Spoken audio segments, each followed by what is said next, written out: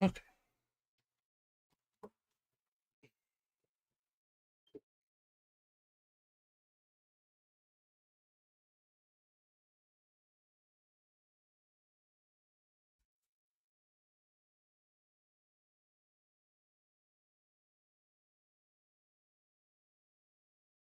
Mm.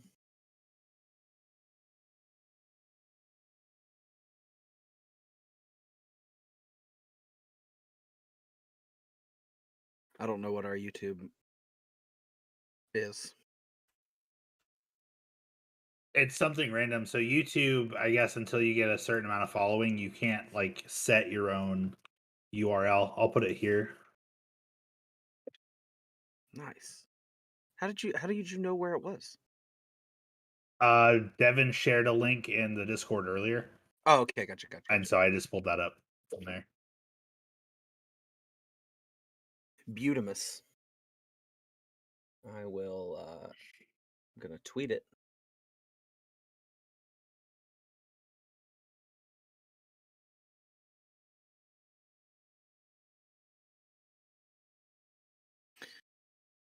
All right.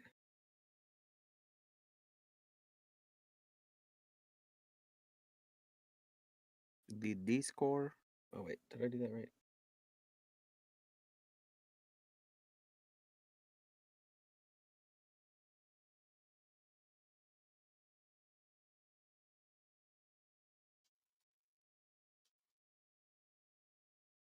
Is your Twitter also Booth Review Pod? Yeah. Twitter.com/ or it's just at Booth Review Pod. Yeah. However Twitter works.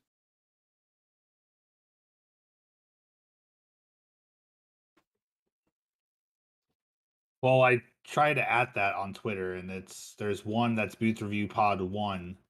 Oh, we might be Booth Review underscore. _pod. Yep, Booth Review _ pod. Okay. Booth Review _pod. Yep. Hopefully, it's not popping up with the thing to do, but that should be okay.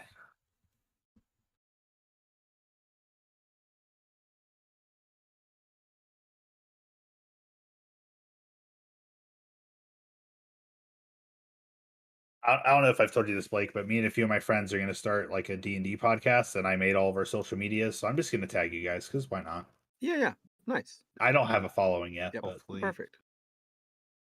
I'll retweet it to our. I think we got 12 right now, so not a lot. Hopefully that actually tagged you, but we'll see.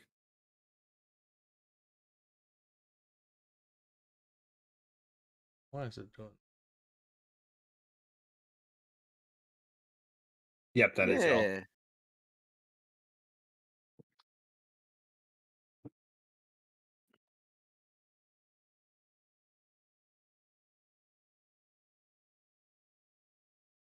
Then let me switch over. Oh, can I switch? Do I have the other my other profile on here? Yes.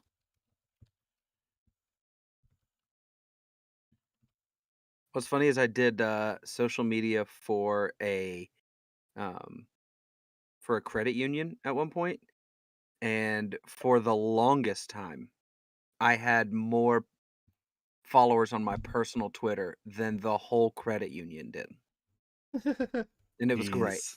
It was like, so anytime I wanted to get more traction, I would just retweet it from my personal Twitter account, get tons more interactions. Did you already share it on the Facebook page? No, I posted about it earlier today, but I didn't share the link. So I got it. I'll do it.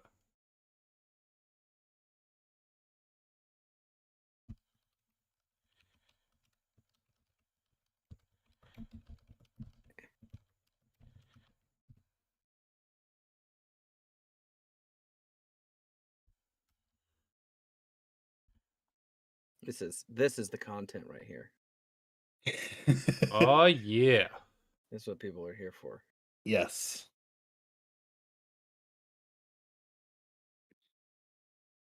All right. I am just about ready. You want to drop me them OBS links? Oh, yeah. Give me a second.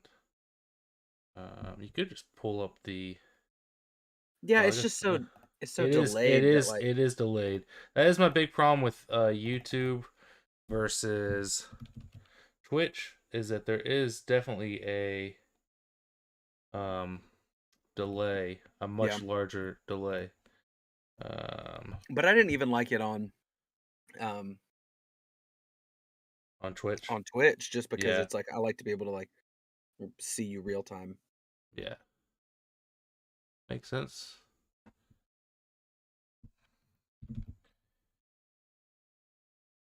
Hey, it does work, Pete. Man, we Yeah, understood the assignment. yeah, we didn't even We plan were ready. I'm just that. missing a hat, but we were ready to go. I'm really actually like really happy with how this look turned out because I was worried how it would look trying to fit three people on one screen, um, and make it look good. But I think this turned out pretty clean looking. Do you have my link that you could share if in case y'all want to see my face? If you don't want to see my face, I don't care. Well, I'm gonna see your face in OBS, but I Oh, can that's true. yeah, I can pop it in. If you want it over there, Pete. What are we doing? Oh, just so like you can see in real time. If you use our OBS links, there's no delay. So like when we're having a conversation, you can like if it just feels more natural to me at least when I can see you guys in real time. Yeah, I'm also just a huge diva, Oh, so okay. So yeah, you are. Mhm. which one of these is yours, Devin? uh, I think it's like NPI. I think is what it starts with. Yeah, I think NPI. NPI, his and is the then mine's the yeah. second one. So Yeah. Pete's the first one. Mine's the second, and Blake's is the third. Nice. And I'll put this one over Uh, here so I can have the chat up in case anybody chats. and anybody in here is getting a nice, full on peek behind the curtain here. Yeah. Yeah, we're Yes. I'm We back to appreciate everybody hanging out for sure. my four monitor or my four screens, not four monitors, but four screens. Um, man, none of y'all shared it in the Discord. What are y'all You doing over there? I thought you shared it earlier. You shared it like way earlier. I shared the channel, yeah, Oh, but I'm okay. sharing the actual video now. All right. Yes. Um, So is Pete joining us for AFC and NFC? yeah, why not the whole episode? Yes. Did you prepare for the whole episode, I Pete? sure did. Okay, all right. Awesome. That's what I figured. I That's figured good to hear. you would understand it. All right, let me Don't we already understand? We're all on assignment here. We're all good. Dude, we're yeah. I've almost got like we're pros. look at all these notes. Look at all this. Look at all this Woo! stuff. You got more notes than I do. Maybe. Is there any organization to these notes? No, I did like Rams. They did this, they did this, they did this. 49ers did this. This question mark? Trying not to give away spoilers. So, All right, I'm gonna officially kick us off here. Yeah. What is going on, everybody? We are back. It's season 2. We made it to a second season. They renewed us. Thank the networks above. Yes. We're back again. As always, I am your host, Devin Primrose, joined by my brother from another mother, Mr. Blake Ivy. Man, I have waited 6 long months to say this to you. What is going on, man? Man, I am so excited for football. My life has been a little crazy today. My son decided to hang on the garage door as it was going up and completely obliterated it. So now my garage door is just open and have to figure out how to get that happen. I'm sitting here in a brace for my plantar fasciitis, but I'm ready. I'm ready for football. I'm excited. I mean, it's been such a crazy off season. I feel like I'm gonna Yeah. have to do extra preparation each week to figure out who plays for what team. And speaking of who plays for what team, we are doing something a little different with our team. and we're going to bring on some special guests. So this week we have one of our good friends who was also host of the USFL podcast. If you followed along with that with us, Peter is here with us tonight. Peter's a huge Chiefs fan, so I'm going to pass it on over to you, Pete. Let you introduce yourself. I didn't know I had to do a full introduction of my entire life here. Or just say hey at least. What's going on? I'll return the favor. Peter, what's going on, man? Yo, not much.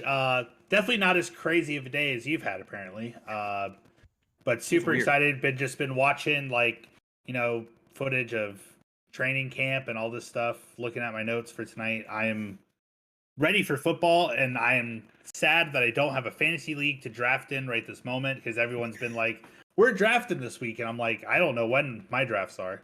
I don't see a point in drafting this early. So me and Blake are in a deep, like when I say deep, I mean deep keeper league. I think with individual defensive players. There's 14 keepers per team, and it's a 14 or 16 team league. And then on top of that, like the bench is 7 or 8 players deep. Like it's ridiculous, and I think it's kind of too much. But the way that we do our draft is it's technically an offline draft that's done in the message board of the league, and every team has 12 freaking hours to make a pick. It's way too much. And then like after the second round, you get down to really scraps, and you have people just taking all 12 hours to make their dang pick. The first round goes super quick because everybody's excited, and it's like, oh, I know who I'm eyeballing. I got it queued up, and then after that, it just goes way too long. So we've been doing that since August 1st, I think, was when it started. Yep. And it is now, the 9th, the 10th? Yep. Yeah. And we're still going. So Still drafting. I picked last night at 11 o'clock at night, and I took, let me see if I can even remember who I took. Speaking of the West, I drafted old Max Crosby today. Ooh, that's good. I'm surprised he wasn't kept by anybody with 14 keepers. I mean, nobody keeps defensive. I feel like I'm the only player that keeps defensive guys. I kept TJ Watt, but that was the only defensive player that I kept. Well, he did lead the league in sacks last year and tie the record and all that. So yeah, it's like, why would I not?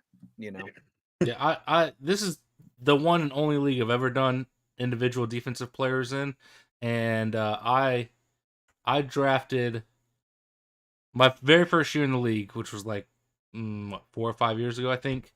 Yeah. With my second pick, it might have even been my first pick, I drafted Darius Leonard, who is now Shaquille Leonard. But like nobody does that with their first pick of the draft. I did it, and I've kept him on my team, and he's been a solid linebacker for me. So it's worked out. Did Darius Leonard change his name? Yeah, he changed his name. Wait. Well, okay, so for the Colts. Yes. So technically he didn't change his name. He just has announced. I don't know why it took him this many years, but he's announced that Darius is not the name that he goes by. All of his friends and family call him Shaquille. That's what he went by his entire life growing up. And the only people that have ever called him Darius are teachers and like business people, and then now the NFL. And I don't know why you don't just from day one say, hey, I actually go by Shaq or Shaquille or whatever you want to go by, and not Darius. But like, I also understand it because I am a middle name person. So for those that don't know, my first name is Michael. I don't go by that at all because I do not like it. I go by my middle name, Devin. It's been that way since. No offense to Michaels out there. No offense at all. But I've gone by Devin since I was like, as long as I can remember. I don't know if that was my choice. I don't remember ever making that choice, or if it was my parents' choice. And also, if it's a parent's choice, why name your kid the first name in the first place? Like, just give them the name that you want to call them as their first name. Yeah, this is definitely off football topic rant, but my dad goes by his middle name. His dad went by his middle name. My mom's dad went by his middle name. And so my parents were like, we absolutely will not call him by his middle name. We're just going to name him what we want to call him. Yeah. And so that's what, yeah. Yeah, so, but I get it, because like, if if I ever had like a substitute growing up and they called me Michael, I wouldn't correct them because what's the point? It's like you're gonna be here for one day. If I've ever had a job where like I know I'm not planning to stick around for a long time there, I'm not correcting people. You call me Michael, whatever, I don't care. But like you're in the NFL, like what are you doing? Not telling people from day one, hey, I don't want to be known as Darius Leonard. Especially when you know, Clinton Dix is in the league. Like, exactly, you know that's definitely not his real name. Like, his government name is not haha. Like, anyway, it's like you have to have heard of him. Chad Ochocinco. Now he did change his government name to Ochocinco, though. So, but this who's the guy at Oklahoma? General Booty. That's his real. That's his real name. That is that. Awesome. I have not heard that one. His real name is General Booty. Be right back. Changing my government name. I'm gonna change my name to Sergeant Booty. Well, so the way that we're doing this season, so last year we kind of I wouldn't say we didn't plan the podcast necessarily, but like we definitely just kind of jumped right into it. It's something that I had wanted to do for a long time, and me and Blake were finally living in the same town, so we're like, well, screw it, let's just do it. And we just kind of jumped into it, I don't know, 3 weeks before the season kicked off or something like that. So we didn't really plan it out too great, or it worked fine, obviously. You know, if you're listening and you're returning, then it worked. It worked. But this year, what we're doing is we're going to break down our previews into 4 episodes, basically doing the AFC and NFC divisions at the same time, north, south, east, west, you know, whatever. So today, the first episode of the season, we're starting with the West Coast, because left coast is the best coast when it comes to the NFL. That's where all the best teams are. The 2 best divisions in the respective conferences are probably the AFC West and NFC West. You could make an argument NFC West might not be, but when you have the Rams and the Cardinals and the Niners, like those are great teams, and they're all contending teams. And the AFC West, all 4 teams could probably finish with 12 plus wins. I mean, they just could. Spoiler alert, that's not what I have. I do not. So that is why we invited our good buddy Peter on with us, because he is a massive Chiefs fan, and he's got to witness some glory over the last year with Mahomes and company being there. But I don't know how much longer that glory is going to stick around. Yep, especially when you hear that Tua is a better quarterback than Patrick Mahomes, as we all suspected. We all knew. We were all like, "Is Patrick Mahomes really that good?" Is this what we do in the podcast industry? Do we just say nonsense? You and Tyreek Hill both. Tua's a better quarterback than Patrick Mahomes. I'm just telling you. Here.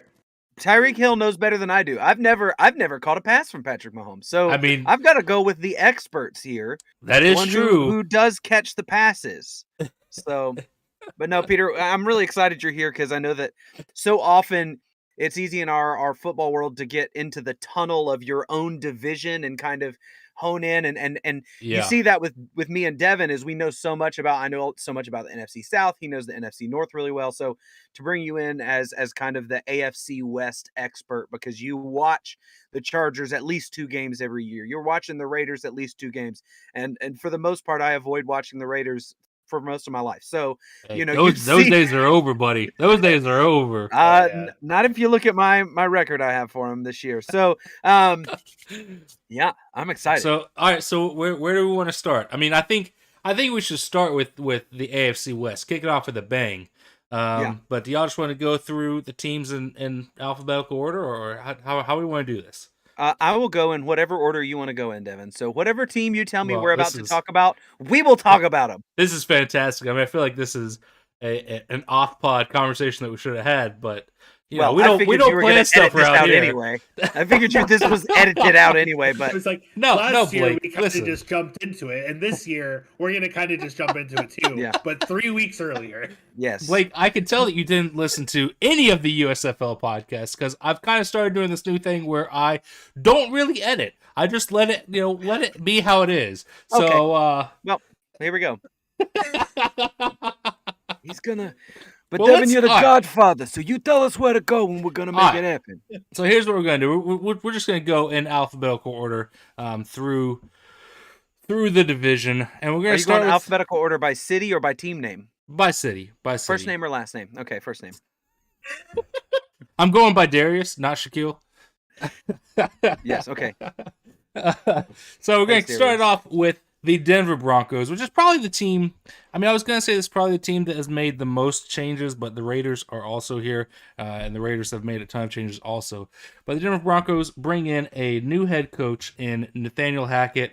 He was the offensive coordinator for the Packers, bringing over some of that magic that he had with Aaron Rodgers to the new face of the Denver Broncos, quarterback Russell Wilson, acquired via trade. And they also brought in, a handful of other big additions. Billy Turner to help out with the offensive line, Randy Gregory and DJ Jones to help out on the defensive line. But they also had some key departures. Von Miller got traded in the middle of the season last year. Noah Fant was involved in the Russell Wilson trade. He now leaves and goes to Seattle. Cornerback Kyle Fuller is gone. It's tough to know exactly what this team is going to be, especially under a first-year head coach. Spoiler, I've got them finishing third in the division. What do y'all got? Wow.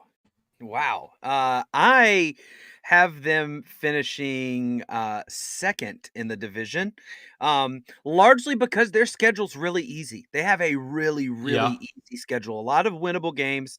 I don't remember which division it is they play outside of the AFC West, but it's one of the bad ones. So it's like they've got a lot of winnable games. Right. And I mean, if you guys listened last year, you know that I'm high on the Denver. I am mile high on the Denver Broncos. I like this team a lot. They've got really good pieces, especially young defensive pieces that are going to that can be huge, especially if they grow a little bit more. The Broncos actually finished the season with their defense playing better after Von Miller left, which was a weird thing to watch happen. So you don't know if that's just guys stepping up because he left or who knows what that was. But I have them finishing second in the division, winning 12 games. I've got them winning, which is pretty surprising that that's second. But so here's the thing about, we talked about how good this division is. I have the same record, 12-5, and I have them third. That's crazy. Yeah, that's crazy. But yeah, I think that this team was so good last year without Russell Wilson, who is a Hall of Fame quarterback, and still playing at almost an all pro level. Like he's right. just, I think he's not quite still MVP. I'm still hopeful he could win an MVP. But I mean, Denver's got some pretty nice weapons for him to work with. Who just went down with an injury? Tim Patrick. Yep. Tim Patrick. Yeah. So that's a big loss. He was their wide receiver 3. They still got Jerry Jeudy and Cortland Sutton. Yeah. But they also lost Noah Fant. Yes, that's a huge loss for them, and they didn't really recoup much at the tight end position. So yeah, I was hopeful that whenever that trade came through, I was hopeful that Fant wasn't going to be included because I thought that Wilson to Fant would have been a really fun combo to watch, but unfortunately, we don't get that. Yep. All right, Peter, what you got? I also have Denver. I don't have the wins. I guess I wasn't as prepared as you guys. But, that's okay. I also have Denver third, and my thought behind this mainly was even though they added the quarterback, they added Randy Gregory on defense, which is gonna lift, like you said, an even better defense that they had last year. It's still a new coach with a new system, and that's always a rough start, I think. Like the magic doesn't always happen right away. Like even with Stafford coming to the Rams, like worked for a little bit because McVay, already had a system there, and like the Rams were used to that system. But it took Stafford a little bit, I think, to get used to that. Yeah. True. And I think the Broncos are going to have a slow start but finish strong. But I think the rest of the division is good enough to get far enough ahead to where the Broncos can't like pass them later in the season. So Yeah, I mean that makes sense. I mean it's a stacked division. I mean, like we saw, all four of these teams could finish with 12 plus wins. I could very easily see that happen. I think all these teams are absolute playoff contenders, absolute Super Bowl contenders, honestly. So I'm with you that Chargers, Raiders, and Chiefs will kind of get off to a faster pace than the Broncos. But I do see the Broncos finishing strong, like you said. I have them at 12-5. Basically, the way I did this, I found a website where I could go through and pick the outcome of every game, and I had some wild finishes, as we'll get to in a little bit. But I think 12-5 is actually like a pretty respectable record for the Broncos. I think that's pretty fair. Oh, yeah. I don't think it's too outlandish. No. Now I could just as easily see this team going like 8-9. Ooh. But I Not think with this that's schedule, I think that's their floor. I don't think if you go worse than that, like that, you haven't something happened. There's some Right. injuries. There's something like going on. But 8-9, I could see that happening. First year head coach. This is Nathaniel Hackett's first time coaching at the head coach level ever. So it's tough to know exactly what you're gonna get. It's very similar to Arthur Smith coming down to Atlanta. Like, I think Arthur Smith is a good coach, and I think he showed a lot of good things last year. But is he necessarily a great coach? We don't know. Right. And I think Nathaniel Hackett is going to be in a similar position with this team, first head coaching job ever. So it's going to be interesting to watch. Yeah. I mean, he does have the benefit of it being a better team than Arthur Smith stepping Oh, into for Atlanta sure, last for sure. year, Yeah.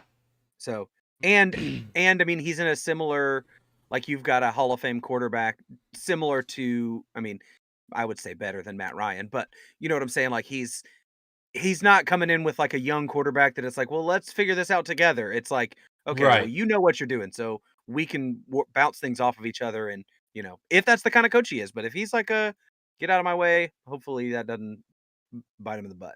But we'll see. Right. Yeah. I mean, I didn't mean to make it sound as if he's walking into the same situation that Arthur Smith walked into, because the Broncos are a much more talented team than the Falcons were last year, and the Falcons still currently are. Oh, for sure. But yeah, I think the Broncos are going to have a solid season. Yeah. That's what I'll say about that. So let's move on to the Kansas City Chiefs. These are your boys, man. These are your boys. But Patrick Mahomes is going to have some different weapons out there this year. The Chiefs kind of had to reload on the offensive side. They lost Tyreek Hill in that trade to Miami, which I don't know if you're happy or mad about. I mean, he said a lot of dumb things about Mahomes versus Tua. And maybe you're glad to get that drama out there, but you're bringing in the TikTok star Juju Smith-Schuster to pair up with Mahomes' younger brother and make some crazy TikToks. You also bring in the speedster Marquez Valdes-Scantling over from the Packers. In the backfield, you got Ronald Jones coming in from Tampa, Jerick McKinnon, because Clyde Edwards-Helaire just hasn't panned out to be what they expected and hoped that he would be. Also got some key departures on the defensive side. Honey Badger is gone. Drew Sorensen, his safety partner, is also gone. Both went down to New Orleans to play for the Saints. But they did bring in Justin Reed. They brought in Carlos Dunlap on the defensive line.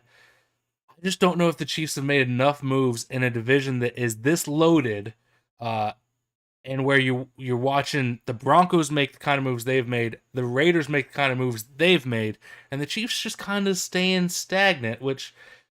I mean, I do feel like the AFC is still Kansas City's conference, as long as Patrick Mahomes is there and playing at an elite level.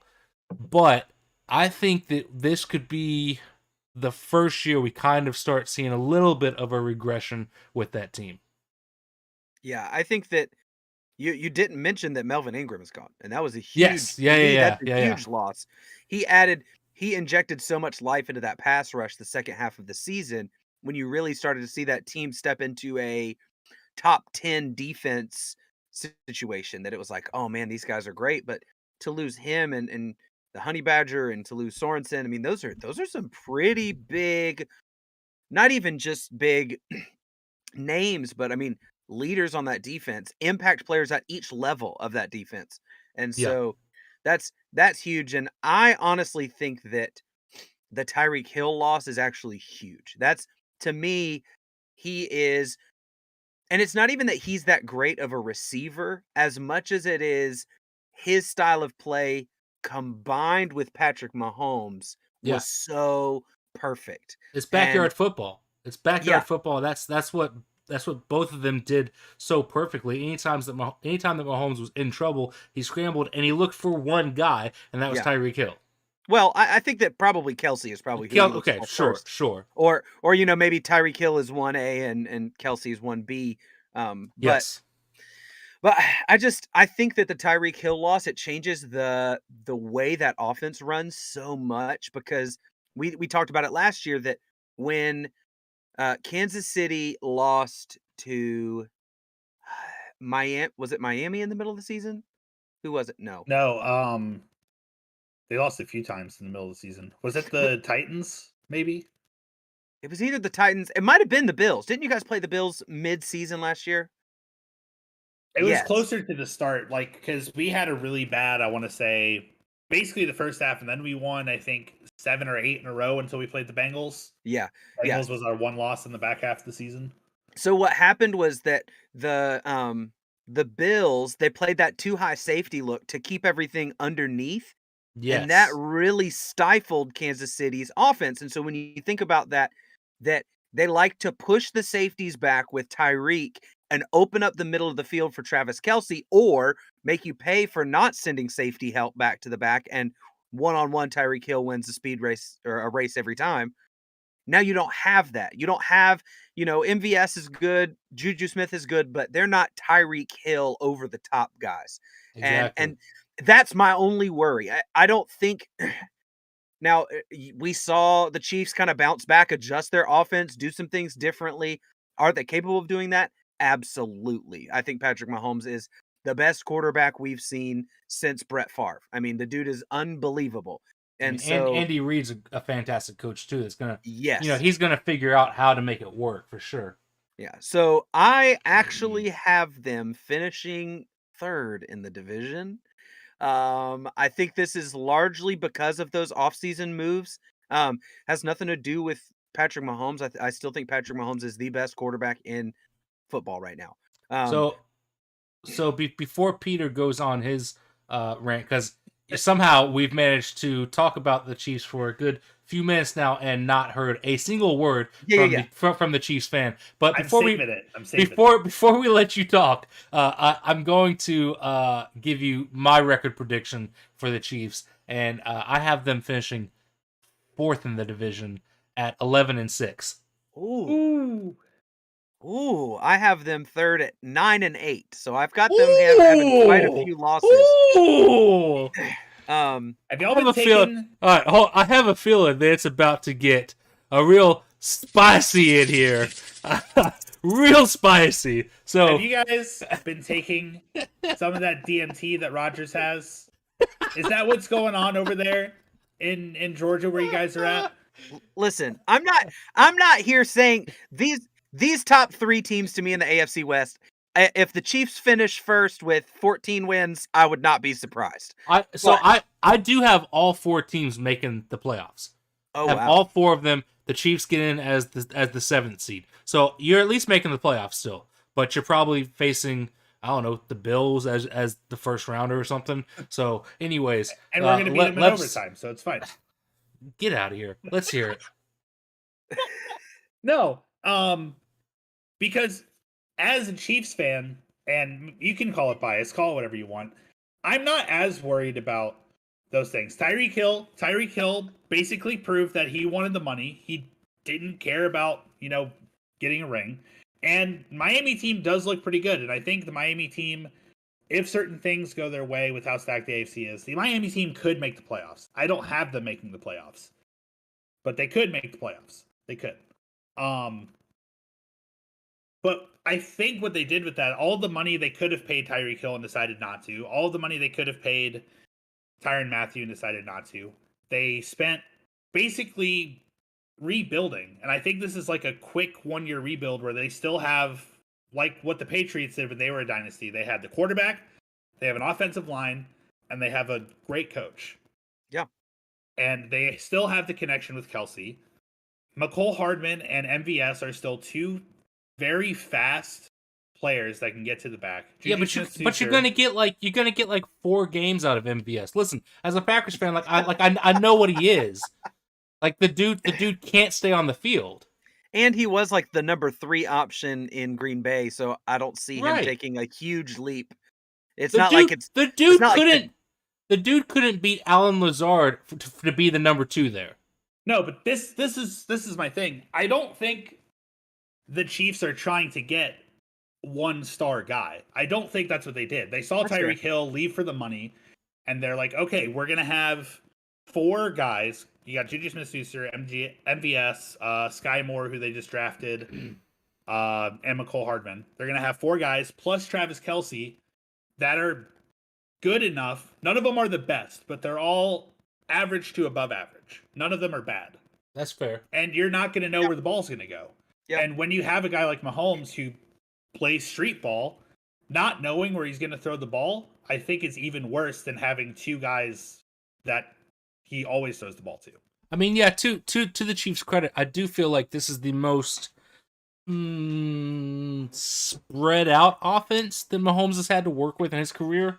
I mean, you don't have necessarily like a elite superstar at wide receiver. You still have one of the top 2 best tight ends in football in Travis Kelce, and then you have like 3 good wide receivers. I talk crap about MVS, but he is a good wide receiver when he's on the field. Juju is a good wide receiver when he's not, doing whatever he's doing on TikTok. Right. And I think Sky Moore could be a legit. I think he could be a legit number 1, next year or the year after for sure. So those are 3 good guys versus having Tyreek Hill and I don't know, maybe Sammy Watkins. Hey, don't discount. It's not Hardman. That dude's real good. True. Yes, yeah. McCole Hardman also. Yes, that's what I'm saying. They lost Tyreek Hill, but they added depth. They're almost like mysterious now. Of Mahomes is good. That these guys are good enough to catch the balls that he can place for them. That is true. But I think that the weaknesses that they have more weaknesses on defense now, and I don't know. I think that the ceiling for that offense comes down just a smidge without Tyreek Hill. And so, to me, that was why I bumped them down a little bit from where they've been, is because offense is a little worse, defense is significantly worse. So, that's, to me, it's just worrisome if you're looking at the Chiefs. I do agree. I mean, I think we were worried about the Chiefs' defense all season last year, and that already not great defense has gotten worse. They didn't do enough in the offseason to improve it. Well, so I am with you on that. I can tell you I'm not as worried about that either. Mainly because we were still mostly able to win games when we didn't have a good defense. I mean, but as long as you have Mahomes out there, you can still go out there and score 35 points on anybody. No. So it doesn't matter. Game with Pat. Also, I think the Chiefs defense, if hopefully optimistically by the back half of this year, like what happened last year, if not by maybe next year, because that's what we focused on with the draft and a lot of our other signings was building the defense. We got McDuffie in the first round. We got Karl Aftis in the second round. We signed Carlos Dunlap. We signed Justin Reed. I think we got, what's his name? Lonnie, somebody from Houston. I can't remember his name right now. I don't like the loss of Tyrann Mathieu, mainly because of his charisma on the field. I don't know if he wasn't the number 1 safety in the league, but he was the heart of that defense for a lot of it. And he was so consistent. Like he's Yeah, always a threat to take the ball away, and he's a threat in the box as a hard hitting safety. And so he was just so balanced and consistent that's hard to replace. Yeah, I mean, Right. we made I think comparison to him with Scooby Wright in the USFL. The dude was the heart and soul of that Birmingham team, and you know he might not have always been there to make the big play, but he was always there, you know, pushing and cheering on his teammates to make the big play, and constantly, you know, finding a way to be some sort of presence on the field. And that's what Tyrann Mathieu does so well. So, yeah, I'm with you on that. And I think that's something that this defense can do as they grow. It's a lot of young players. I think Nick Bolton is one of the captains now, too, who and I think might have bounced off Melvin Ingram a little bit, but Nick Bolton shined the second half of the season last year. He had that big scoop and score against Denver. He was getting back there a lot. So I really like Nick Bolton. I like Chris Jones. Frank Clark didn't have the season this year that I hoped he would, but he, I guess, is quitting alcohol and losing weight. So maybe he'll play a little better. I don't know. Hey, but I worked for Brett Favre. So we're just as a Chiefs fan, I never am worried about the defense as long as our offense is doing what they're supposed to do. And I think our defense will grow and still be the team by the end of the season that they need to be in order to stop the other team from scoring 60. So naturally, if I'm hearing you correctly, you have the Chiefs going 17-0, getting the number 1 seed, win the division, right? I mean, I expect no less from Pete. With how much of a homer he is, if he doesn't have them at least in first place and hoisting a Lombardi, I'm going to be a little disappointed in it. No, yeah, they're going all the way. Like there's no question about that. No, in all seriousness, I do have them first in the division, obviously. Right. I think they're going to lose 2 games because asking any team, even your own team, to go 17-0 is a little I don't know what the word would be, but I think they're going to lose 2 games. I think they're going to lose to the Bills, and I think they're going to lose to the Bengals in the regular season, and then I think they're going to get revenge on both of those teams. You have them going 15-2? Sorry, 14-3. They're going to lose to one other AFC West team one time. I don't know which one, but it's going to happen. You think they're going to have one loss in the division? Yes. There's no way they only have 1 loss. But I say that, and weirdly, my number 1 team in the division, I have at 15-2. I don't know how it happened, but it did. Wow. And they'll be revealed at some point. You know, it's down to 2 teams. So, well, I know it's going to be the next one we talk about. I don't see any reason why it wouldn't be. Next up, we have If you have the Raiders winning 15 games, I might fist fight you. Next up, we have the Las Vegas Raiders, the team outside of the Broncos that have made the most changes, I feel like. Wait. How is Las Vegas ahead of Los Angeles in... Are they LAS versus LOS? The Las Vegas Raiders bring in new head coach Josh McDaniels, getting a second shot at being a coach in the AFC West again. And I don't love the move. I am not a fan of Josh McDaniels. I am a little troubled by that. I don't know how that will play out, but don't you know white head coaches always get a second chance? I mean that is true. Welcome to Booth Review, where we're going to tell it like it is. The key additions for the team, they bring in number 1 receiver in the league, Devontae Adams, over from the Green Bay Packers in a massive trade. They also get Chandler Jones to shore up that defensive line, playing alongside next to Max Crosby. And they bring in cornerback Rocky Sin from the Indianapolis Colts in a trade. They lost a good handful of guys. Yannick Ngakoue is the other side of the trade. They went back to the Colts. Gerald McCoy on the defensive line, Corey Littleton, cornerback Casey Hayward. And on the offensive side, they sent Brian Edwards out of town down to Atlanta, which I think is a sneaky good move for the Falcons. And they also lose Zay Jones out there at wideout. So it's tough to know what you're going to get with the Raiders. I think the Raiders are better than a lot of people are saying. I need to insert myself here, okay? I need to insert myself. Okay.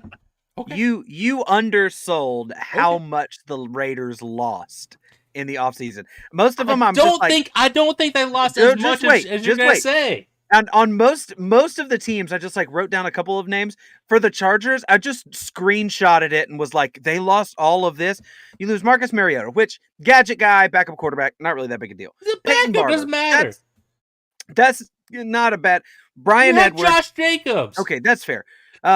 Brian Edwards, Deshaun Jackson, Zay Jones, Richie Incognito, who is a all-pro caliber or a Pro Bowl caliber offensive lineman. Yeah, and a butthole of a teammate. So that's actually true. Good to get out of town. Carl Nassib, who had an awesome year last year. That's true. You mentioned Ngakoue, Gerald McCoy, Corey Littleton, KJ Wright, Casey Hayward, and Desmond Trufant. I mean, that is a loss of a ton. That roster is riddled with bullet holes right now. I still think that's crazy. I don't know if I call Deshaun Jackson a loss. I agree, and or Zay Jones. Honestly, Brian Edwards also wasn't being used in that offense like he should have been. I think Brian Edwards is more talented than what he was used in Las Vegas, because for some reason they're still passing the ball to Hunter Renfrow 50 times a game. Which he's cool. Consistent. I mean, he's consistent. He's consistent. He's not bad. I just don't understand how that guy is 50 years old and still playing football. But I guess if Tom Brady can do it, so can Hunter Renfrow. But I'm not worried about the offensive side of the ball at all. Devontae Adams is a huge addition. He's playing with his college quarterback in Derek Carr. Derek Carr is underrated. Hot take, I think Derek Carr is going to get an MVP vote this year. I think Derek Carr is a solid enough quarterback that he can lead that team to a Super Bowl. I'm not saying that's going to happen, but I think that he's good enough to do that. They also have Josh Jacobs in the backfield. They have Darren Waller at tight end. They are good to go on the offensive side. If anything, they have a little bit, a little hole on the offensive line. But I'm hoping that some of those younger guys can step up. The defensive side, I will agree with you. There is question marks. However, bringing over Chandler Jones to line up next to Max Crosby is nasty. Max Crosby already had the most pressures out of any player on the quarterback last year. The most, in 101. Chandler Jones has lined up more sacks for the guys that he plays next to than any other player in the league. You put those two guys next to each other, that's a scary defensive line to face. Yeah. Now, the secondary, I agree with you. The secondary is going to be a bit of a question mark. And when you have Russell Wilson, Justin Herbert, and Patrick Mahomes in the same division, that's not easy. However... And... Go ahead, sorry. I was going to say, however, when you have Chandler Jones and Max Crosby putting pressure on them, you're making it easier on your secondary. Yeah. But, what did we say all year is what Derek Carr needs to play at a high level? He needs what? I don't remember. This was 6 months ago. The difference in MVP Derek Carr and why is he a starting caliber or starting quarterback Derek Carr is offensive line. You lose Richie Incognito, who was able to maintain a job in the NFL despite bullying a guy out of the entire league. Well, it's because he's white. Also true. That's how it works. But he's obviously talented enough that teams kept signing him. Sure. And he's still been a borderline Pro Bowler, which is sad to society, if anything. True. But also when you have problems on the offensive line, that's when Derek Carr struggles. So to me, I see that. I see the holes on the defensive, the defensive backfield. That's putting off sirens, and just like you said, the other teams they have to face Speaking of the other Yeah. teams they have to face, Peter, what's your take on this? Because I'm the other team they have to face. You're the other team, right? Yeah. They're gonna kick my ass probably. Me personally. Yes, just you. If it's me on the field against all of the starters of the Las Vegas Raiders, then I'm gonna lose. I'm just Right, of course. realistic that way. Yeah. I actually, and might be. I mean, putting the Chiefs first at this point with how stacked that division is seems like a hot take. My other hot take is that the Raiders get second. I also have the Raiders at second. No, you don't. I do. Oh my. Here's the thing. What's wrong with you guys? Here's the thing. You guys spent too much time together talking about the USFL. I'm glad to be back. Believe the Vegas hype. Believe it. So, Who did Vegas hire as their head coach? Here's my thing. Was it the guy they should have hired? No. Yes, that is like worrisome. But if the Raiders proved anything last year, is that no matter what coach drama, player drama, whatever is happening, they can still be a playoff caliber team. And they're more talented this year than they were last year. What? They are. I agree. I actually agree. No way. No way the guy. Hold on. I just need you to look at the logic that is being used on this podcast. The same guy who says, we don't need Tyreek Hill because we just got some average guys to come in. Now you're saying that Las Vegas, who lost a bunch of average guys and added two good, like really good play. I mean, Devontae Adams is potentially Hall of Famer. And Chandler Jones, he's the number one wide receiver in the league. He's okay. Yes, that's what I'm saying. Like he's great. But then Chandler Jones, who is an aged pass rusher, which they don't age like cheese, like they age like milk. So he is an aged pass rusher. 5 sacks in the game last year. Yes, last year. Playing for who? Playing for who? The Arizona Cardinals. The Arizona Cardinals. Who else was lined up on that defensive line with him? Yeah, Jonathan Watt. Okay, he is a monster. So sure. He's also aged like crazy. Yeah. And let me ask you this: who's better, JJ Watt or Max Crosby today? Oh, don't put that. Don't put that. No. This is not a thought. Max Crosby is absolutely better than JJ Watt today. Now, that's no disrespect to JJ Watt. Dude's had a hell of a career. He's a Hall of Famer if he retires today. Absolutely. But today, if I had to choose between having Max Crosby on my defensive line or JJ Watt, I'm going with Max. How many good years has Max Crosby had? How many good years? Answer the question. Your Honor, he needs to answer the question. When is the last time JJ Watt played a full season? Thank you. That's fair. Another point. No, that's fair. Yes, but when Chandler Jones got 5 sacks, JJ Watt was on the defensive line with him. So you can't say he's injury prone because he was there when that happened. Regardless, the same two people who are trying to tell me that you can replace two superstars with a bunch of average players and be better. Now you're telling me that they replaced a bunch of average players with 2 superstars and now they're better. I mean, it can go both ways. No, it can't. It literally can't. It doesn't make sense. So, okay, hold on. So, if you want to compare it that way, Devontae Adams is better than Tyreek Hill, first of all. Yes.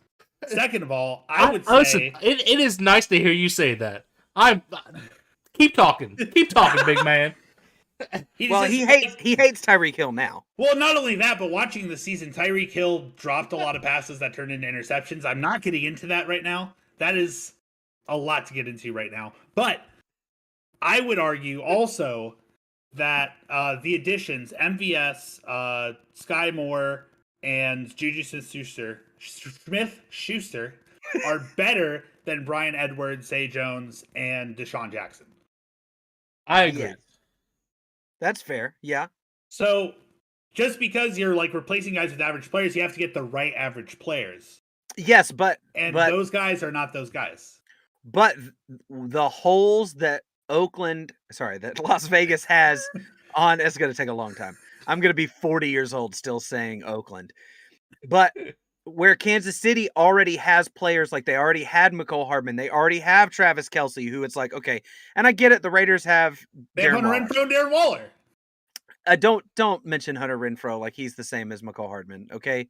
Those two guys are different caliber players. But listen, to defend Hunter Renfrow, because like I don't dislike Hunter Renfrow, I just don't understand Hunter Renfrow. Like I don't understand what's happening and how that guy is a professional football player, but he is, and he is consistent, and he is good. I'm not going to say just because the NFL wants us to love the whites doesn't mean we have to. Okay, I'm not going to say Cooper Kupp and Hunter Renfrow as a little bit less than that. We probably had it coming. I'm not going to say that Hunter Renfrow is a top 10 wide receiver, but Hunter Renfrow borderline top 30, maybe top 40.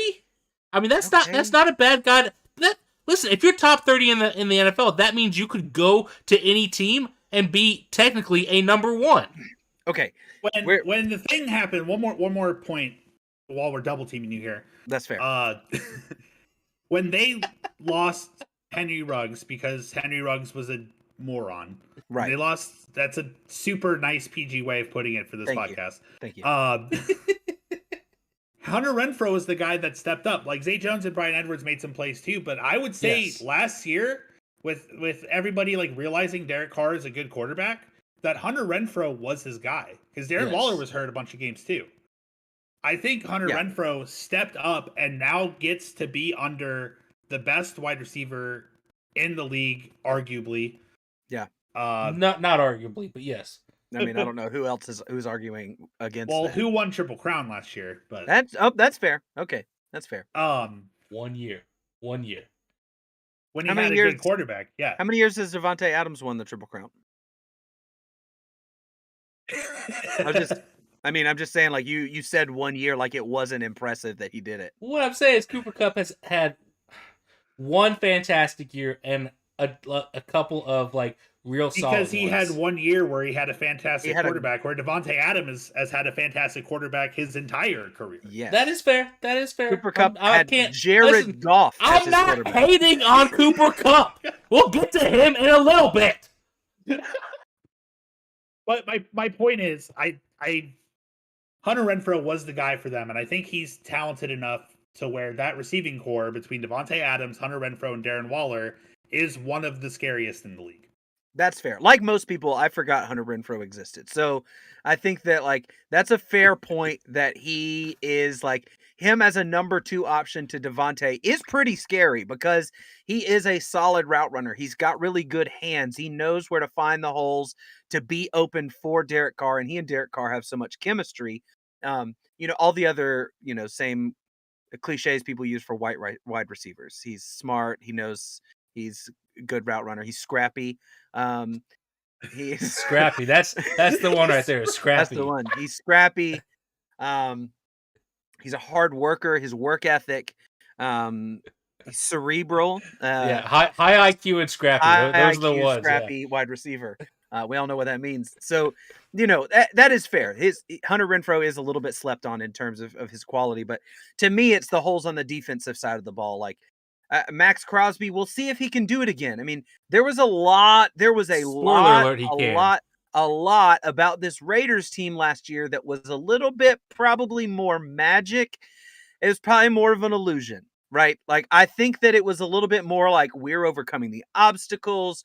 We're the underdogs. Like, we're having to deal with all of this crap. Let's take it all out on the field. Now, you don't have the same coach. You don't have the same motivators. You've lost some offensive line. You've lost a lot of defense. That's where my hesitation is. I have them last in the division at 7-10. Oh, there's no way that team only wins 7 games. No way. I mean, very similar to the Broncos. I have this team at 13-4. I could very easily see them being 8-9, 9-8 in that ballpark. But 7 games, like, give them. I mean, I guess it's only a 1 or 2 game difference, but like, give them some credit, man. I think the worst team in this division by a significant amount. No way. I don't see them beating. I don't see them beating the Disagree. Chargers at all. I don't see them beating the Broncos at all. The only game I could see is maybe at home against Kansas City if Kansas City doesn't end up coming out higher than I have them right now, which is probable. Like I could definitely see Kansas City finishing number 1 in this division, but I don't see the Raiders as there's nothing that they have that's better than the Chargers. There's nothing that the Raiders have that's better than the Broncos in any area. I disagree. I think the Raiders' offense is better than the Broncos for sure, and I want to say they're better than the Chiefs, but it's hard to say that with Patrick Mahomes. But like if I'm having to choose between that Raiders offense or the Broncos offense, I'm going with the Raiders. What? I'm going Raiders. Why? Because Darren Waller's a top 3 tight end in the league, and you have the number 1 wide receiver in the league in Devontae Adams, and you have at his best, a borderline top 5 quarterback in Derek Carr, and at his worst, like a top 15 quarterback in Derek Carr. Denver has a Hall of Fame quarterback. And you have Russell Wilson is at best minimally better than Derek Carr. Minimally. Right now. No. Right now. No. Agreed. In no way, shape, or form. In no way, shape, or form is Russell Wilson marginally better. Also, Josh Jacobs is back there too. I do so think is Devontae Williams. That dude is who is unproven going into his second year. Wait, Max Crosby, what did you say? Get out of here. Also, pointing out the same logic. We talked. Oh, go ahead. I was just going to say that Russell Wilson is going to do better this year with actually having to have time to throw with that offensive line. I agree. He's a mobile quarterback who got hit a lot that's getting up there. And I think Derek Carr being more of a pocket passer, they're about the same, I think. Wait. You're telling me that you think that if both of those guys were to have to be pocket passers, that Russell Wilson is the worst pocket passer of the two? Have you ever seen him throw a deep ball to Tyler Lockett? Russ does throw a really pretty deep ball. I'm more just saying that is true. I think Derek Carr is a little. I'm trying to think the best way to say it. He's a little healthier to me. That's fair. He's less fatigued. And I think we'll be able to put up higher numbers more often. And he already has established chemistry with Hunter Renfrow and Devontae Adams. Yes, Devontae Adams is new to that offense, but they were college teammates. They were. That's true. So that's already a step up on anything that Russ has with Jerry Jeudy, Cortland Sutton, whoever out there. Also, Devontae Adams and Hunter Renfrow probably better than Jeudy and Sutton. I mean, honestly, like that's fair. And having Waller there, but right, that's what I'm saying. I just think that the gap of having Russell Wilson is so much better. I think Russell Wilson is significantly better than Derek Carr. Also, so that's where. While you're hating on me for my Max Crosby love, we discussed doing like hot takes or bold predictions for every team the other night, and I didn't get around to doing it. I don't know if y'all did. I don't think I even mentioned. I didn't either. It's okay. I don't think I even mentioned doing it to you, Peter. But no, I had no idea. My bold prediction for this team was going to be that Max Crosby finishes top 3 in Defensive Player of the Year. Just throwing it out there. I'm very, very high on Max Crosby. I'm with you that I'm also high on Max Crosby, but I'm also hesitantly high on him because he's a guy that had one really unbelievable year. And again, it was in the midst of all this chaos and all this stuff that now teams are going to go into a game against the Raiders paying attention to Max Crosby like they weren't last year. That's fair. And so, I don't know. That's fair. I think I believe in the guy. I think he could do it again this year. He looks like that crazy Jared Allen spin move, white. Yeah. Like kind of pass rusher that like he could be a guy like that. But also, I mean, who knows? He could be a flash in the pan of like had one really good season and then kind of fell off. So that's I'm with you. Like I might be shocked if he finishes top 3 in Defensive Player of the Year, but I could see him leading the league in sacks. Like that's entirely possible. Well, not with Micah Parsons around. Did you hear the quote that Micah Parsons said? No. So apparently, his goal this year is to set the sack record at 23, and he's saying that his floor that he's aiming for is minimum 15. That's believable though. Well, 15's believable, but like to get 23 would be that'd be That's true. amazing. Yeah. Especially for a guy that's a linebacker that drops back in pass coverage quite a bit. Yeah, well, I think he wants to be utilized more as a pass rusher than in coverage. But yeah.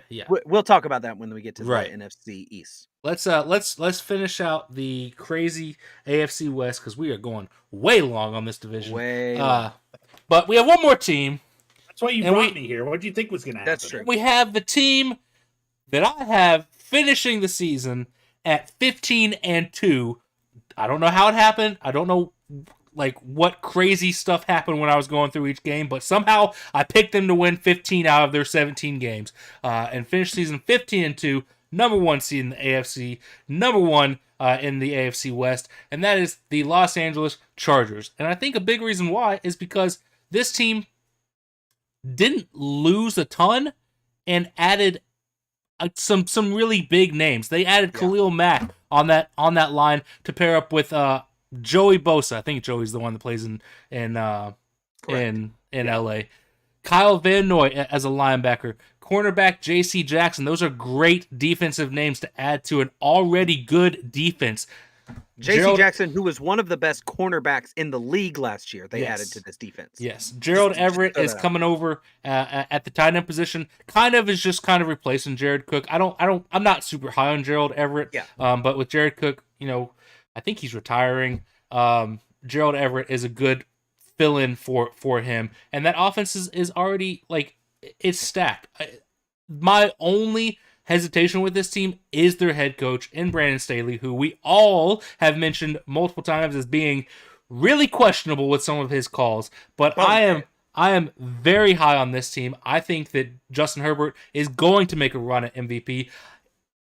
I think he could very easily finish with 40-plus touchdown passes and 5,000 yards. I think that's a very realistic season from this guy. I think he is a stud young quarterback that's going to be fun to watch in LA for years to come.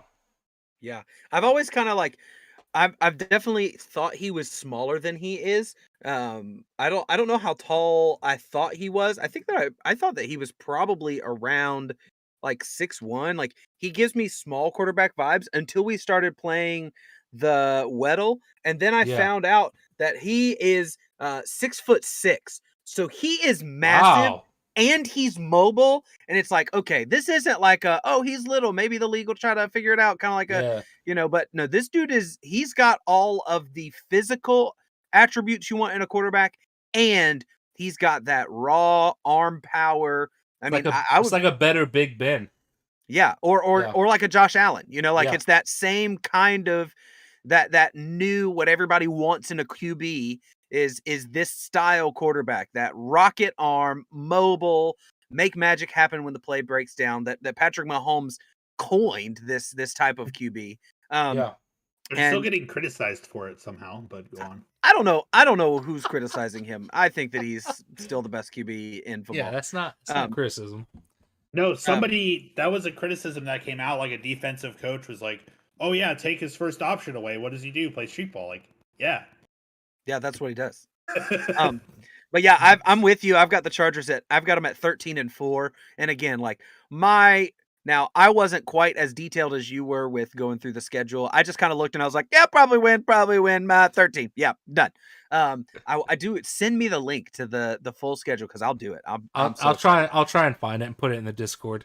Yeah. So I've got the Chargers being. I think that this is the best team in the division and potentially in the AFC. I mean, this Chargers team is unbelievable, and as long as Staley doesn't stupid his way out of a number 1 seed, this is a team that could be a huge threat to go all the way. Yeah, I think that their additions are massive, and then the maturation of Justin Herbert, along with that you kept Mike Williams, his also huge weapon receiver to pair alongside Keenan Allen on the other Yeah. side.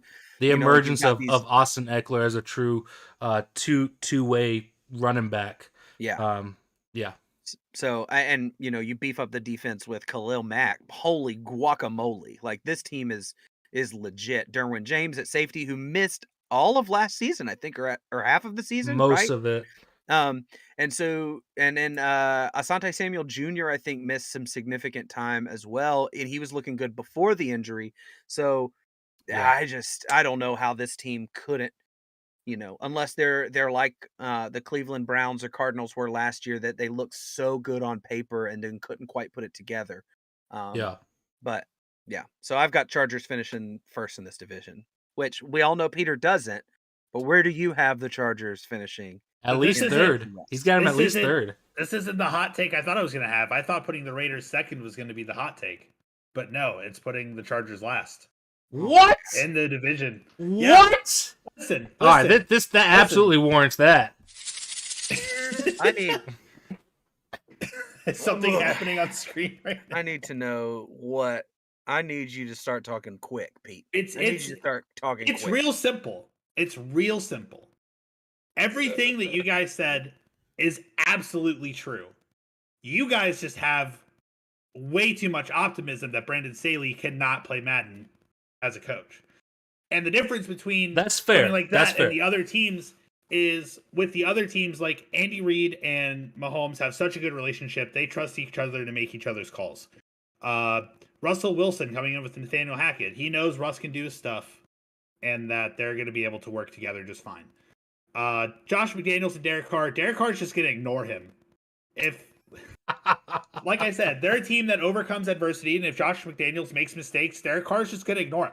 That's just what's going to happen. I don't think he will, but go on. And that's where it comes to Staley and Herbert, to where I think Herbert doesn't take control of the offense in a way, because like any time that Staley does like these kind of plays, he just rolls with it, even if he doesn't think it's a good idea. Well, anything like that, they can't convert when they try hard like that, and I think they're going to continue to do that. Technically, Staley is his boss, so I mean, They are supposed to do whatever. Like, that was a criticism people had of Matt Ryan in the Super Bowl, is they were like, why wouldn't you check out of that play? And it's like, wait, you mean the play that Kyle Shanahan, who was the best play caller in the league that year? It's not a slight it's not a slight at Herbert. It's a slight at Staley for just making bad plays. But I feel like the relationships with the other coaches, or how good the other quarterbacks are, they're able to overcome that type of decision and come to an agreement, whereas Staley just keeps making bad choices and they just keep rolling with it. I mean, I think this is where I agree with you, but I also disagree with you. Is that I don't think the Chargers are going to be in that many close games that his dumb decisions are actually going to impact them very much. This is not a team. This is not a team that's built to beat most of their opponents by a field goal. This is a team that is built to beat most of their opponents by double digits. Yes, but so are the other teams in the division. So are most other teams in the AFC. The AFC is unbelievably stacked. And I don't know. The Chargers get a little bit easier schedule finishing third last year, but not a lot. Not really. They still play the NFC West as their NFC games. I think that this team is potentially the best team in football, and I don't know that I have them having 4 losses, and those could all be stupid decisions from their stupid head coach, but I don't see them getting more than 4 losses from bad coaching decisions. Where last year they did have probably 6 losses that were directly because of bad coaching decisions. Yeah, I think if anything, Staley takes a look at what happened last year and decides to maybe a handful more times go for the field goal instead of going for it when you're within 30 yards. Maybe a handful of times instead of going for 2, go for the point after. I think that's probably the more likely thing with Staley. But I could also see this guy making some dumb boneheaded decisions. I am kind of with you, Pete. Maybe, like I said, like The only difference in our opinions on the Chargers is the amount of optimism we have. Yeah. Yeah, and it's not a slight against the Chargers either. Like, I still don't think they're going to lose that many games. I don't think any team in the AFC West is going to lose more than 5 games. Yeah. Like, the AFC West combined is going to have less than 20 losses. I don't think that math works out. I mean, think they can all have less than 5. I based on have them playing each other. Well, I have the Chiefs finishing 4th in the division with 11-6. So, Okay. All right. I mean, We're not a math it does podcast. check out. We're not a math podcast. But yeah, so for the AFC West, I have all 4 teams making the playoffs. I have the Chargers as my 1 seed, and then in order 5, 6, 7 Raiders, Broncos, Chiefs, because they all get the wild card spots. I don't have I haven't done my playoff predictions yet, but just from looking at it, I probably would say that I have in this division I have Chargers finishing 1st, Broncos finishing 2nd, both making the playoffs. I think the Chiefs do snag a wild card. Even if I have them finishing 9-8, just looking at it right here, I don't see the Chiefs missing the playoffs. And then At Raiders, 9-8,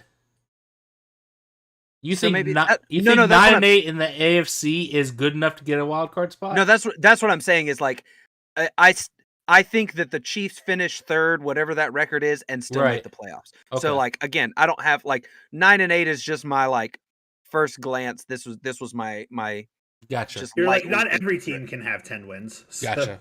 Yeah. So Except they can. yeah, that's true. But yeah, so and then I have the Raiders. I do not think highly of the Raiders at all. Have them with a losing season at 7-10, and definitely missing the playoffs. Crazy. No, I also have all of the AFC West making the playoffs, just in a different order. KC top, then the Raiders, then the Broncos, and the Chargers. I just you guys and your last place picks are so surprising to me. I think any pick by anybody in this division is going to surprise somebody. That's true. That is true. I don't know. Well, My stance on the Raiders was pretty intense. So Let's hop over to the other conference. Jump over to the NFC. I don't think we'll talk as long on the NFC West because it's not nearly as good as a division. But we'll kick it off with the Arizona Cardinals. The Cardinals got that wild card spot last year. I still don't know how I feel about this team, honestly. there's no way to know, man. It's so up in the air. They did make the big move on draft night to get Marquise Brown from the Ravens. He comes over. However, he just got didn't he get the speeding ticket? Like, Yeah. was arrested for Yeah. speeding, which means he was going ridiculously he was fast. going 120 in an 85. Yeah, that's crazy. Yeah. So Apparently, Kyler Murray was in the car also. Jeez, he will probably miss time. We don't know how long. But Which props to him for finding the fastest speed limit in the United States. I do know that for a fact. I did some research on it a while back, but I know that 85 miles an hour in Texas is the highest speed limit in the U.S. I think there is one out in Arizona somewhere too that's that fast. So it must be, yeah. Yeah, But because I mean, there's a lot of those roads out there, Texas, New Mexico, Arizona, where nobody is. Like they posted high. Yeah. Anyway, so Marquise Brown will probably miss some time. If the NFL, their recent suspension say anything, he'll probably miss 12 games. Yeah. So yeah. we'll see. If a woman had been in the car, they would have given him a bonus. They'd have been like, "Thank you for endangering women, Marquise Brown. Here's a raise." They didn't really add that much more in free agency, but they did give out a lot of extensions. Kyler Murray getting an extension, tight end Zach Ertz getting an extension, James Conner getting an extension. So the offensive side, they're still loaded. They had a couple of key departures. Chase Edmonds leaves, Christian Kirk goes down to Jacksonville, Chandler Jones and Malcolm Butler on the defensive side. I don't think this team got any worse necessarily, but I don't think they got any better either. And I think there's still a lot of question marks about Cliff Kingsbury. I think there's a lot of question marks about Kyler Murray and the relationship between Cliff Kingsbury and Kyler Murray. There's so many question marks around this team. I don't even know where to put them. Yeah, I've got the Cardinals finishing third in the division. I have them going 9-8 as well. I have them at 10-7, so it's basically it's the same thing. It's so hard because this team was the last undefeated team in the league. I mean, they were 7-0 and then just had a terrible back half of the season, but that was in part to DeAndre Hopkins going down with an injury and AJ Green struggling with injury the entire second half of the season. You take any quarterback not named Aaron Rodgers or Tom Brady, you take their top two weapons away, they struggle, period. Yeah. Well, we don't know with Patrick Mahomes because he's never faced that. He's going to face it this year and not having Tyreek. But, you know, Kyler Murray being his second year in the league, that's a lot to ask for him to try to make up for losing his top two receiving weapons, which were, I mean, a significant part of that offense. I forgot to mention, I completely forgot about it, but DeAndre Hopkins is suspended for 6 games. So he's going to be out for 6 games. Yeah. Because he was on the juice. So, and I don't know if it's because of their schedule the first half of the season versus the back half of the season. I don't know if it was because of that wide receiver situation. I'm with you that, like, I don't know what to do with this team. And so I just kind of like middle of the road. Maybe they're good, maybe they're bad. Finished third in division, just over 500. Yeah. I think it might be backwards this year because one thing I saw was that Cliff Kingsbury always the back half of the season, no matter NFL or college, falls off. Struggles. Yep. And it already looks like that the first half of the season is going to be really rough for them. So if they want any shot of not only getting into the playoffs, but not getting last in the division, which would take a lot with the Seahawks there, they're going to have to put in some work the back half of the season when they get D-Hop back, hopefully if they get Hollywood Brown back. So I also have them finishing third. Even though I think I'm a little bit more optimistic with the Seahawks than most people are, I still think Arizona has too good of a roster to put the Seahawks above them. I don't think that you could be any more pessimistic about the Seahawks than I am. Just to throw that out there. So we'll get to that. I have Arizona finishing second at 10-7. But I don't think I had them making the playoffs. Yeah. Man, I don't even know what to expect. I don't know what to think of you anymore now that you put the Raiders in second in that division. I think 10-7's high. I think they might have a losing season. They might go 8-9. I could definitely see this is one of those teams that it's like, I don't know, they could win 4 games or they could win 14 games. And I would be like, okay, okay, sure. I think on top of the suspension and a possible suspension of their what would be top two receivers, maybe AJ, like they still have AJ Green, but him alone isn't going to cut it. Yeah, not at his age. Think. And Zach Ertz is getting up there too, I think. Oh yeah, he's in his 30s. But the contract fiasco that happened with Kyler Murray, because they extended it, but then they put like the clause in there that like he had to do homework, and that's just they have since removed that clause. But the fact that they did it in the first place, it's fun to joke about, but that is incredibly disrespectful to the guy that you're putting the team on his tiny little shoulders. Not only that, but I think a large reason why they did it is because he is a fairly prominent Twitch streamer, and I gotta say, if you're playing Madden as much as he is, like, you're kind of studying the game. To me that clause is a very boomer-ish clause to put into a contract. It's pretty much saying that video games are a waste of time and you shouldn't be playing them as much as you are. Okay, but have you seen that there are stats about Kyler Murray and his play once a new Call of Duty comes out? That's fair. So once a new Call of Duty comes out, Kyler Murray's play like gradually just plummets, and there is a new Call of Duty coming out but like middle of the season. I mean, there's a new Call of Duty every November, so that's true. But it's like I think that if I'm Cardinals ownership, it's like, Kyler, this is not football. Play Madden, sure, but it's also like it is incredibly disrespectful. Like, imagine the Packers doing that with Aaron Rodgers, or the Colts doing that with Peyton Manning back in the day, or Patriots. Like, it's incredibly disrespectful of a talented. You just listed 3 teams with white quarterbacks. So there's your answer: is they didn't do that to those guys because they're white. Okay. The Seahawks with Russell Wilson or the Chiefs with Patrick Mahomes, like that. Like it was a joke. It was a joke. it's just like it's incredibly disrespectful of a guy that does have top 5 quarterback talent.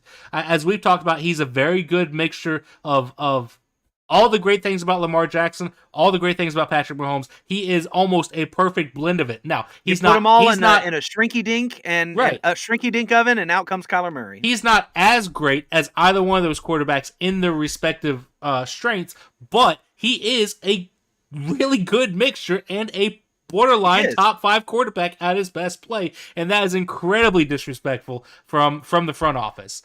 Yeah. I mean, they're basically saying don't have a hobby when a lot of these quarterbacks do have, like, Patrick Mahomes is a part owner of the Royals. Like, he does. Wait. You guys think that 4 hours of film study a week is don't have a hobby? I mean, what it says is, hey, we do control what you do off the field, even when you're not technically at your place of employment, and that is garbage.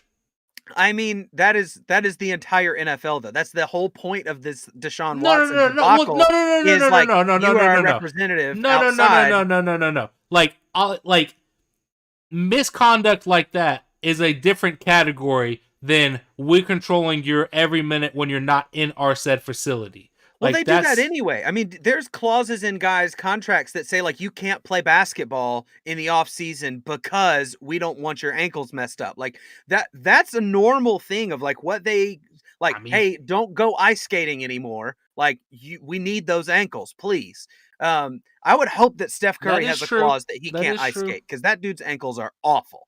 But I mean, that's a pretty normal thing. I think. I could be speaking out of turn here, but I think that having a clause about studying is not unusual in contracts, but for some reason it got blown up for Kyler Murray. From what I heard from Ian Rappaport, that was the first time he's ever seen it in a contract. Okay. I mean, I've never seen an NFL contract. As you can tell by my physique, never seen one. But I don't know. Whether we think it's disrespectful or not, Kyler Murray came out and said that he felt disrespected, which means there is, even though he just got more money than he probably deserves. It made a tense relationship even more tense. Yeah. That's fair. Yeah. So the Cardinals, we don't know. Nobody knows. Yeah. I'm going to say third. Yeah. Cardinals, question mark. Right. Record, who knows?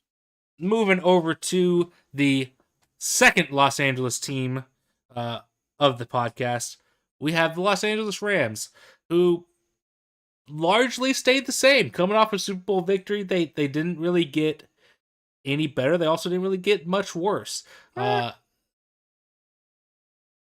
Their key additions, they brought in Allen Robinson, who is a solid wide receiver. They brought in Bobby Wagner at the linebacker, who is a solid linebacker, an older linebacker, but a solid one, already on a defense that is loaded with talent, with Aaron Donald and Jalen Ramsey. They did lose Sony Michel, who isn't really that big of a loss. He's like a second or third string back. Yeah, if they have Cam Akers healthy, then they're fine. Yeah. Exactly. Yeah. They traded Robert Woods. I think he's in Tennessee. Is that right? Yeah. Yep. So he was out to Tennessee. They do lose Odell Beckham. However, Odell Beckham's still a free agent, so question mark there. He might re-sign with them. It's amazing to me that we're already in training camps and technically already in the first week of the preseason, and somehow Odell Beckham is still on the market, as is Will Fuller. Those two guys are solid wide receivers. Andrew Whitworth, I think, is a big loss to them on that offensive line. And Von Miller, sure, he only played half a season, but that's a solid loss too. But I see this team still being one of the top 3 teams in the NFC, mainly because the NFC is such a weak conference as compared to the AFC. I think they are just as much of a Super Bowl contender as they were last year. And I think in year 2 with Sean McVay, I think that Matthew Stafford is only going to be better. I don't think he's going to be any worse. Well, now, I don't know that he's gonna be better 'cause he's when I say older. better, I mean marginally. I think that he's going to be slightly improved. I don't know how much he can improve on the season he had last year. Like he had a solid Maybe just season. a few less interceptions because I know Yeah, he got yes. a big chunk in the middle of the season where he was turning the ball over a lot. But without a stud tackle like Andrew Whitworth, might be taking a couple more hits. Yeah. Which So- Whitworth didn't play in the Super Bowl, right? Or did he push through and play? No, He did. Yeah. He did. He retired afterwards. I have the Rams finishing first in the division. I think I would be very surprised if we're not unanimous on that. And I have them finishing at 13-4, which I think is respectable. I could see them definitely finishing with a couple less wins, but I don't think they're going to get any more than 13. Okay. Let's cool our jets with the Rams, because the Rams are old. On every facet of You're not wrong. of the ball, they are old. You're not Cooper wrong, Kupp and is it's tough. pretty And it's old. tough to repeat. It's tough to go back to back. Stafford's real old. Jalen Ramsey. You mentioned Jalen Ramsey earlier, and that dude, I think this year he's going to be more of a liability than a stud. Yes, Aaron Donald, in my opinion, may be one of the best defensive players of all time. Still in his prime there. But the loss of Von Miller, huge. The loss of Andrew Whitworth, huge. The loss of both Robert Woods and Odell Beckham, huge. And I don't think Allen Robinson is as good as either one of those guys. Don't be dissing my man Allen Robinson like that. It's not Robert Wood. I think Robert Woods is a solid number one receiver on a lot of teams. I think Robert Woods could walk into a building and be number one receiver on probably 30 to 40% of the teams in the league. I think Allen Robinson. I'd take him in Green Bay right now. Right. And I think Allen Robinson, I don't think there's anywhere that he's higher than number 2. So I disagree with that. I would also take him in Green Bay right now. He'd be number 1 in Green Bay for sure. That's true, but I could be the number 3 receiver in Green Bay right now, and I'm 5'10". Hold up now. So, listen. I know that I'm ragging on Green Bay's wide receiver core, but I don't think it's as bad as a lot of people say it is. My 40 time is a 4 ever. That's what I run a 40 in. And so I don't know. I think the Rams, they're getting older. I agree. We talked about it going into the season. There wasn't anything that like jumps off the page about how great the Rams are, other than their defense ended up being. But that defense is worse. I mean, that defense has not gotten better. Their defense has gotten worse because they've aged. Their key players have aged, and you lose Von Miller. Yeah. Bobby Wagner is nice, but again, you're talking about bringing age into an aged system. So I do have them finishing second. Respectable 10-7. I think you have this is them a finishing good second? I do. I have them finishing second, and you'll see why. So what? Yeah, I'm pretty high on the Seahawks. So the So anyway, I have them finishing second at 10-7. And again, like that's obviously, I'm not like, oh, I'm for sure they're gonna be second, because like this is a team that just won the Super Bowl. Could they absolutely come out and destroy everybody and be first place and win 15 games? Probably not, but maybe. Like I definitely could. This is a team that is definitely looking at the playoffs, almost for sure lock in the playoffs. And could win the division for sure, but we'll get to why I don't have them winning the division. Wow. Momentarily. Where you got him, Pete? I have the Rams first, like a normal human being. Like a normal, sane person. So you are correct. They are getting old, and I don't see the Rams like being a dynasty like the Patriots were, or how I'm hoping the Chiefs will be. The Rams, if they're going to do it again, I think this is probably their last year to do it before San Francisco like builds even more on top of the talented roster they have right now. I agree. So I think this is the Rams' last year to do it. I have them number 1 in the division and number 1 in the NFC. Because the NFC is so weak. I don't remember where they ended up, but I believe I also had them number 1 in the NFC. was probably either them or Tampa or Green Bay. I mean, those are the three I think in contention for number one. But apparently not according to Blake, and I have a feeling that this next team is going to be the one that you somehow crazily have as the top of the NFC West. Let's move out to San Francisco, the Bay Area. I have reasons. Well, I am anxiously awaiting hearing your reasons. I get it, but we'll get there. That makes two of y'all. Trey Lance was named the starter. The Jimmy Garoppolo era in San Francisco I did not know that. Is over with. Jimmy G has not officially been traded yet, but I think it's only a matter of time before he is on his way out of town. This is Trey Lance's team now, according to the front office and coaching staff there. They did add a couple of pieces. Travarius Ward coming over from Kansas City. The cornerback position, Ray McLeod at wide receiver. Nothing special. Right. They did lose Raheem Mostert. I believe he's down in Miami now, I think. Yeah. Mohamed Sanu at wide receiver, again, it doesn't really matter. And nope. Alex Mack, though, at center, I think, is a big loss for them, especially with a young second-year quarterback like Trey Lance. My big issue with San Francisco, so I have them finishing third in the division. I have them, again, I don't know how this happened. Don't yell at me, but I have them finishing at 6-11. And I think that if I had to go back and like really evaluate how they got there, I would probably bump them up to 8 or 9 wins. But I see this team floating around 500, and a lot of that is because I don't know about Trey Lance yet. The limited amount of time we saw him last year, I didn't love what I saw from him. I do think that he has a lot of potential, but I haven't seen that potential on the field yet. It's not to say I don't like Trey Lance. That's not to say that I think Trey Lance is going to have a bad season. I just don't know. I don't know. So that's why I think that's why they only managed to get 6 wins in my mock sim season, whatever. But it is what it is. I have them finishing third. So I have them finishing at 13-4. Get out of here. And that is largely based on the fact that I think they're a lock for winning this division. The only team I think that will beat them is the Rams beating them when the Rams play them in LA. I think that they handle the rest of this division pretty easily. And then they also play the NFC South. So that's a win against Tampa Bay, New Orleans, Atlanta, and Carolina.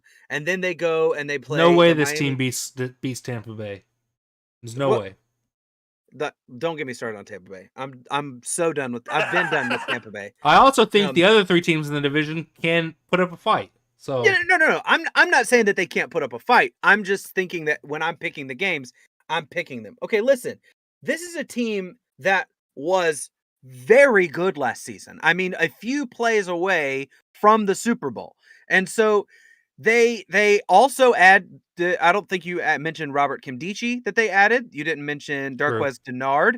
Those are 2 pretty solid pieces to add to a defense that's already really good. This is a team that's got Nick Bosa and Fred Wagner, who is one of the best young linebackers in football.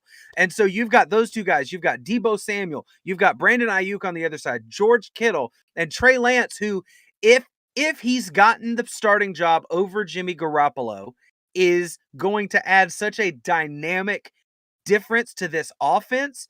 If he plays with Shanahan, if he plays with potential. Again, this is if he's gotten the starting job over Jimmy G, it's because they think he's good enough to be better than Jimmy G. Or they want to see what they have in the kid, because they know that Jimmy G's not the guy for the future, and they want to see what they have in Trey Lance, because if they don't have it, next year's the year to get a quarterback. You don't do that in the season. Like, you see what you have in a guy in practice, you see what you have in a guy in preseason. You don't just go, let's see. I know Jimmy Garoppolo has a 70% winning record and did really pretty well in the playoffs last year, but bye. Like, if you're a team that you are knocking on the door of a Super Bowl again, you're not going to just kick that guy to the curb and say, we want to see what we have in this young guy. Like, they're not taking a chance. This is very calculated if they're moving on with Trey Lance as the starting QB.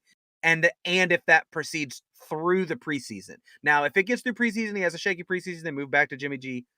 I mean, it's a moot point. But I don't think they announced it this early without them being steadfast. I mean, you're right. But with Trey Lance. But I mean, then I think that we could be looking at a Patrick Mahomes, Alex Smith situation where it's like, you're letting Alex Smith go for this unknown kid. Like, and again, I'm not saying Trey Lance is Patrick Mahomes. I don't think that is true at all. So don't put that voodoo on me, Ricky Bobby. But this is a team that I think has one of the easiest schedules in football. You've already talked about how weak the NFC is. I think this team is better than the Rams on most facets of the ball other than QB. So I don't see any reason why they wouldn't finish first in the division with an very easy schedule.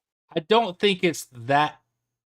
I'm shaking my head a lot over here, but I don't think it's that outlandish for them to win 12-ish games, 12, 13, somewhere in that. I think that's possible because it is a talented roster when they're all healthy and on the field together.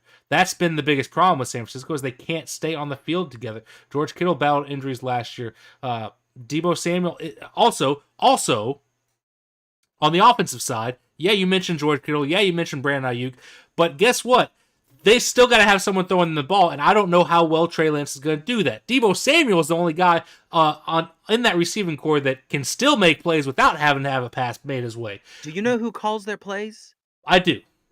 Kyle Shanahan is one of the best offensive I agree with you. In football right now. I think where we're at is kind of I'm banking more on them being closer to their floor, and you're banking more on them being closer to the ceiling. And that's kind of where I think 6 wins is about their floor, which, again, I said that if I had to go back and reevaluate, I probably would put them more at 8 or 9 wins. And I think 13 is closer to their ceiling. It might be their ceiling. So I don't think them going more than 13 wins. Right. I don't disagree with your evaluation. I just don't necessarily see that happening. Yeah. That's why I said I get it. I have them second. And a lot of that is mainly I would put Arizona second if there wasn't so many question marks and so many suspensions and all this stuff. Mike Howe wants to say hi for some reason. Oh, that's fine. Ow, that's my neck. But get off my keyboard, please. Thank you very much. Right in the jugular. Cat's trying to ruin the podcast over here. That's Richard Nixon for you. Anyways, I'll get off my neck. That should be the Seahawks theme this season. I'll get off my neck. But yeah, mainly have them second because of the woes of the other two teams. I think the talent on offense besides Trey Lance is good enough to get Trey Lance going. I think there will be some growing pains, obviously, with going with a new starting quarterback, but I think they'll get 10 or 11 wins. I think they snag a wild card spot.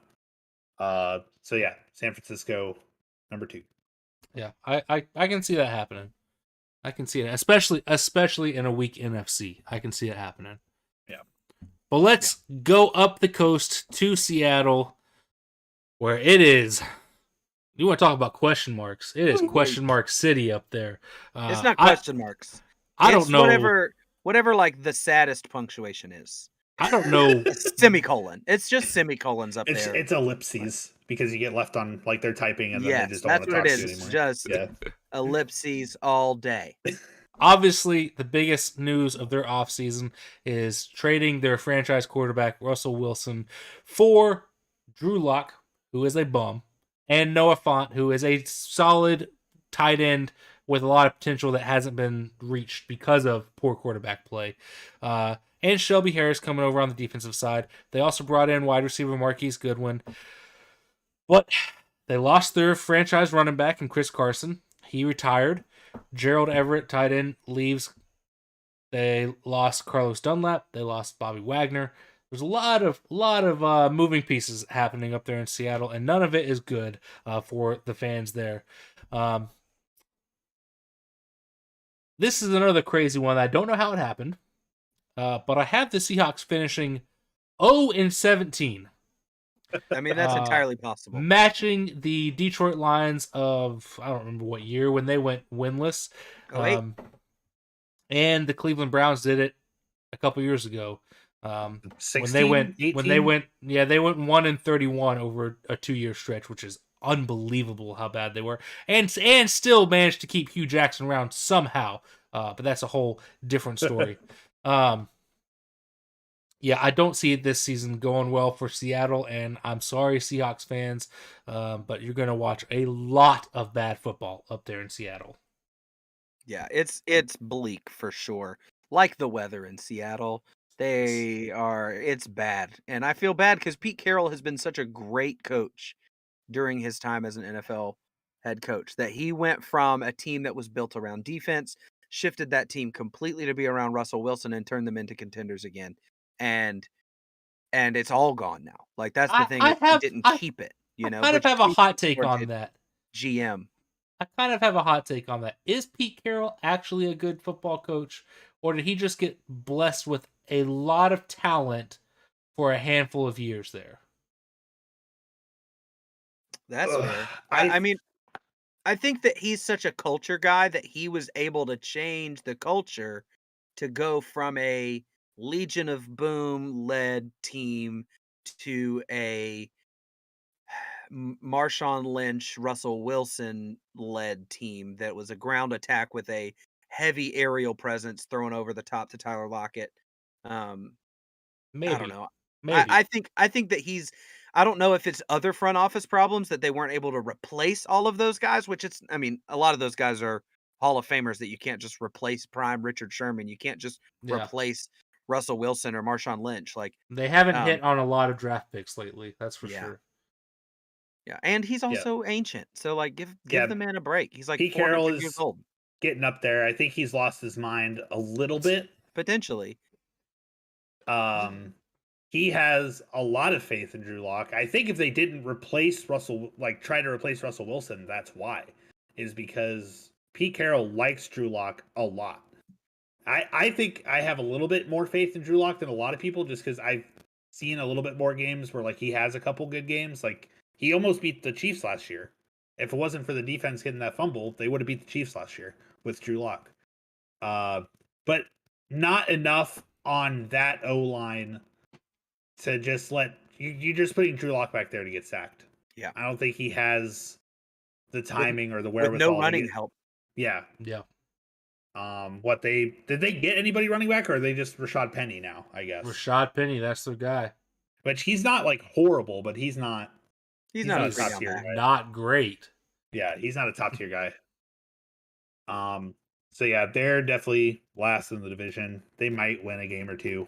I think I gave them 2 wins because they play the Jets once and they play somebody else that's pretty bad. I have the Jets beating them because I think the Jets loaded up on more talent than the Seahawks did. I still don't have faith in the Jets, but I think they brought in more talent than Seattle did. And if we're talking about them playing the Falcons, I have kind of high expectations of the Falcons. Well, not high expectations. I have more faith in the Falcons than a lot of people do, I think. Yeah. Surprisingly. Yeah. Which, like, 8 wins is a lot more faith in the Falcons than most people have. Yes. So. Yes. But we'll get more into faith that than I have. That's for sure. In a couple weeks. Yeah. It's rough in Seattle. So just to recap the NFC West, I have the Rams 1, 13-4, Arizona Cardinals 2, 10-7, the Niners 3rd, 6-11, and the Seahawks finishing last and probably getting the number 1 overall pick at 0-17. And I think the only one I had making the playoffs from this division was the Rams. Potentially the Cardinals getting a wild card, but I don't remember. Ooh. Yeah, I've got the 49ers stomping it because they're much improved. They've got an easy schedule. And then I've got the Rams coming in second. I'm not glued to these records. That's why I'm not like standing by them. And then I've got the Cardinals and then the Seahawks. But to me, those top 3 could finish in any order, and it would not be super surprising to Yeah. me to see the Cardinals finish first or the Rams finish third or the 49ers finishing third. So it so many question marks in this division based on age, based on the unknown of quarterbacks, based on the unknown of chemistry, suspensions, all of it in this division is messy. The only for sure thing is that the Seahawks are terrible.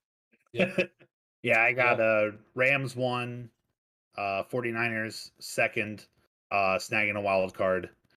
And then Arizona 3 because they have question marks, but question marks are still better than whatever dumpster fire is happening in Seattle.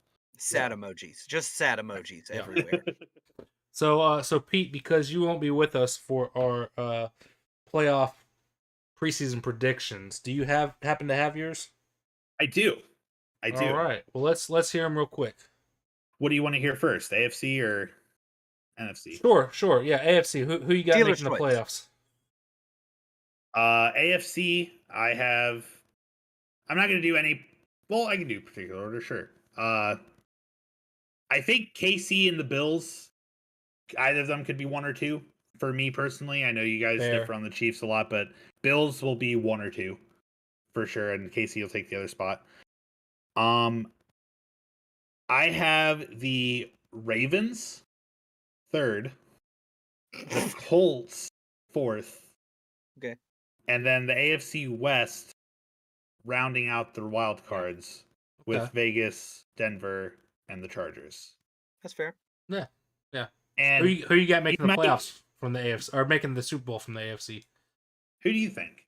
Okay, that's fair. Who do you think? What's happening on the other side? NFC Rams number 1, Bucks number 2, Green Bay number 3, Eagles number 4, 49ers number 5. This is the hot takes. You ready? First, because this division is so weak, or the conference. I have the Lions 6th. Let's go! I think the Lions win. Lions win 10 games. That's my. I don't remember the exact number, but I'm pretty sure I reached the Lions getting 12 wins in my season. I don't know how it happened. I think I just saw a lot of matchups and was like, yeah, Lions could win that. Done. No problem. But I also have them making the playoffs. So that's a spoiler alert for probably next week, I think, when we do the North. I just don't understand how I'm the only smart guy on this podcast. That's what I you haven't heard my number 7 for the NFC, though. I'm ready. The Baker Mayfield-led Panthers taking number 7. I just want to pause for a second and say you have the Dallas Cowboys missing the playoffs. Yes, I do. All right, I just wanted to let the audience sit with that for a minute. What if they? You want to talk about a team that has lost a lot of talent? What have they replaced it with? Youth. Like that team was the best, one of the best teams in football, and they've just gotten smarter, faster, stronger. So, Anyway, okay. Well, I'll make my argument when you can't argue back when we get to the NFC East. But definitely, that's interesting. Definitely a couple of spicy takes in there for sure. Yeah. But honestly, I don't think they're too crazy. I mean, I think I'm fairly high on Carolina also with Baker over Darnold. And I also think, as I just mentioned, the Lions are definitely capable of stringing together some wins and sneaking into the playoffs. Yeah. I wouldn't be surprised with either of those two teams that you just mentioned, with the Lions or the Panthers. There are just a lot of question marks for me on both of those teams. The only AFC I think I saw you guys wince at was the Ravens at 3. Yeah, but then I really started to think about that division. Well, it is weird that you have them instead of the Bengals. Who just were in the Super Bowl and got better. Yeah. Part of that is probably bias on my part, but the other part of it is I think... What? You biased? I know, right? No. Somebody has to be on this podcast, okay? Yeah, and it's not the guy in the Falcons hat and jersey or the guy in the Packers hat and jersey. There's no way we're biased at all. No, of course not. You guys are professionals. You Yes. just brought me on because I'm a Chiefs fan. No, but I think also it's hard. I think the Ravens should be a lot better. Granted, they don't get injured. I think that was a lot of what happened to them last year. And I think they're just a better team when they're healthy. So if they can stay healthy, I think the Ravens can beat out the Bengals. Especially since in this tough of a conference, with how hard it can be to go to the playoffs after you lose the Super Bowl, I Yeah. think the Ravens get the edge on that one. Hot take, I don't think Lamar Jackson's that good. So That's we'll get there. We'll definitely get there. But that's a fair analysis. I definitely have thoughts on all that, but I'm gonna save them for our North preview. I don't remember what order we're going in. If it'll be North or East next week, but it will be one of those two because South is the last one that we're finishing with. So we've gone long, but real quick, Pete, do you have anything to plug? I know you've got a couple things in the works. Do you have any podcasts or anything to plug? The main thing I got, so complete opposite end of the spectrum of this podcast. I'm going to be doing, don't know an exact date yet, but we're going to be doing a Dungeons & Dragons D&D podcast. It's called Dunces and Disasters. I can share links in the Discord or wherever definitely I'm allowed for that. Hopefully it'll be soon. We're just getting some schedule stuff together, but we have a Discord also. We have YouTube. We have Twitch, all that stuff. So yeah, hopefully it'll be a lot of fun, and it's just going to be a bunch of us yelling at each other in crazy voices. So And rolling dice. yes. Yeah. Well, sounds awesome. Thanks for coming on, man. We had fun yelling at you about your Chiefs. And it's always a pleasure having you around for sure. So, Yeah, I always appreciate being here. Just promise, if you're going to invite me back, don't only invite me back because of a Chiefs loss. That's true. First loss of the season. Reason at least, yeah. First loss of the season, you're coming on. The way I think of it is this is like the logical passing of the baton from the USFL podcast with the two of you guys back to the NFL podcast with me and Devin. So this is like the passing off of the baton from of co-hosts. And we'll definitely be back with you. I'll be back with you next season of the USFL or XFL. I don't know which one we're going to do next season, but spring football in some capacity will be covered by USXFL, AAF, L. But as always, thank you everybody for listening, and if you're watching us on YouTube, thanks for hanging out and watching on YouTube. We have switched over from Twitch to YouTube. We do still have a Twitch. We're going to be doing some things over there, so go give us a follow at Booth Review Pod. As always, Facebook, Twitter, all that good social stuff. Hop into the Discord and talk sports with us on a daily basis. It's a lot of fun. But we appreciate y'all sticking around and coming back for season 2, and I'm excited to see what happens in 2022 NFL. Man. So as always, I think that's that. Ciao. I hope you keep that in there. Keep the kapow. Another sign that you didn't listen to the USFL podcast. I'm sorry. I tried. I did. I didn't listen to all of it, like I said. I get it. It's hard to listen to a podcast for something you're not like invested in. Like I know you like us, but I know you don't know who like Kyle Sloter or any of these people are. Yeah. None of them. Maybe you will this season if they play well wherever they're at. So that's true. Maybe.